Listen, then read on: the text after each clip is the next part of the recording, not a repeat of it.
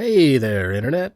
So, let's say you are once again perusing about the internets, and you come across someone saying something, well, pretty darn stupid. And you wonder, gee, where did they come up with this? So you scroll down on their post further and read what they're saying, and oh boy, it's a heckin' Wikipedia article. So it must be true, right? As we all know, Wikipedia is the internet canon for truth. You'd have to be crazy to go against that, right? I mean, only insane conspiracy theorists disagree with the info on Wikipedia, right? Well, no. And I've even already covered the major problems with Wikipedia on 2 other videos I made, one on Gamergate and the other on WikiLeaks and Wikipedia's journalistic standards, or lack thereof. To put it short, Wikipedia places the importance of secondary sources above primary sources, or in other words, Wikipedia's rules are written as such that it cares more about what mainstream media journalists have to say about the evidence more than it cares about what the evidence actually says. So say some partisan hack journo from the New York Times makes a false statement about a scientific study, even if said study is publicly available, and you can point to data in the study and show the PDF file and objectively show why the journalist is wrong, guess what?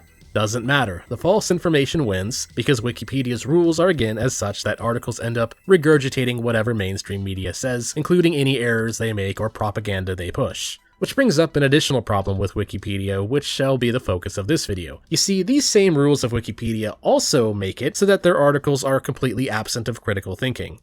In other words, if it can be demonstrated that something on Wikipedia is invalid purely on a logical basis, well, guess what? That doesn't matter. As long as said fallacy was stated by a so-called reliable source trademark, the misinformation gets to stay up on Wikipedia, and any attempt to correct it will result in the correction being reverted by biased editors. Let's now look at a basic example of this: the Cultural Marxism article.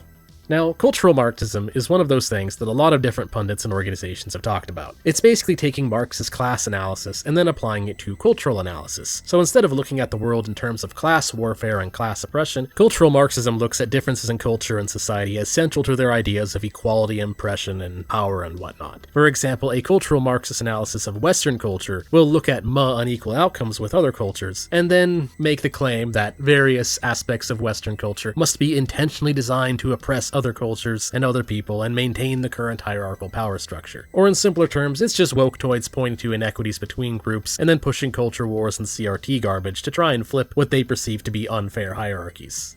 And yet, strangely, when we look at the Wikipedia entry for Cultural Marxism, the entire article seems to be going on about it being an anti-Semitic conspiracy theory propagated by the Odyssees. Well, that's strange. I didn't mention anything about the Jews or World War II or Nazis, nor did I need to. And if you look at what some various economic right-leaning think tanks have said about the subject, such as the Mises or Cato Institute, you'll notice that blaming the Jews is also absent from those institutions as well. So where's the anti-Semitism?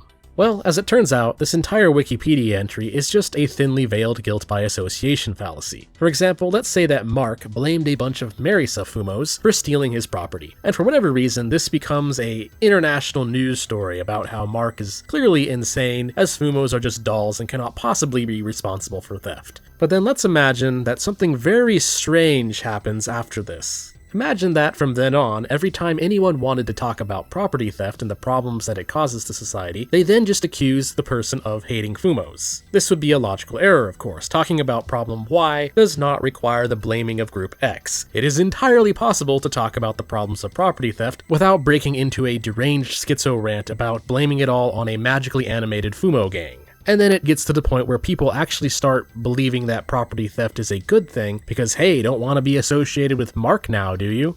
I'd like to imagine that most people are probably sane enough to understand why this would be completely ridiculous reasoning. And yet, this reasoning error of guilt by association is exactly what this article is doing. Just because the Nazis blamed a similar concept of cultural Bolshevism on the Jews does not logically require anyone to blame them for cultural Marxism in order to talk about the issues of cultural Marxism. This is all just pure mathematical reasoning. X does not require Y. So any rational person can understand why this Wikipedia article is pure nonsense. And yet, it gets to stay on Wikipedia anyways, and attempts to correct it get reverted. Why? Well, because the reliable sources that Wikipedia is using repeat this reasoning error, therefore in Wikipedia's eyes, 2 + 2 = 5 because the sources they like say so.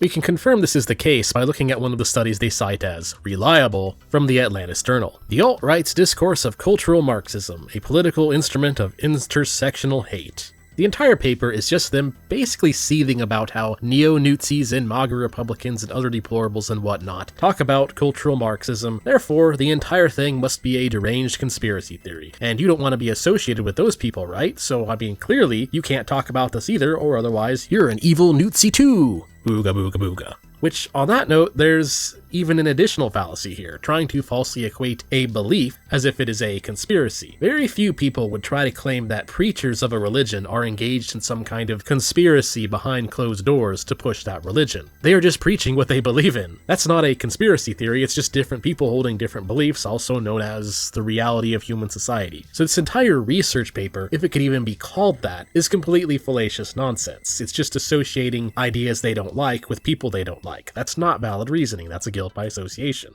But hey, it comes from Atlantis Journal, therefore it gets the stamp of approval for use by Wikipedia, and all the garbage reasoning is regurgitated as if it's factual information. This is why Wikipedia should not be seen as a fact-based source of information for the internets. The rules by which Wikipedia goes by do not attempt to use facts or reason, but instead Wikipedia is merely a site for circulating propaganda, along with any misinformation and reasoning errors that propaganda may contain. The sad thing is Wikipedia could amend the rules so that this is no longer the case. They could make it so reason and primary source evidence matter more than whatever partisan claptrap that biased editors are trying to push, but they don't, and they haven't. And for that reason, any Wikipedia article that touches politics, economics, or philosophy in any way should never be taken at face value. Anyways, that's all for now. Thanks for watching. If you enjoyed the video, feel free to like, subscribe, tip, share, and all that algorithm stuff. Till next time.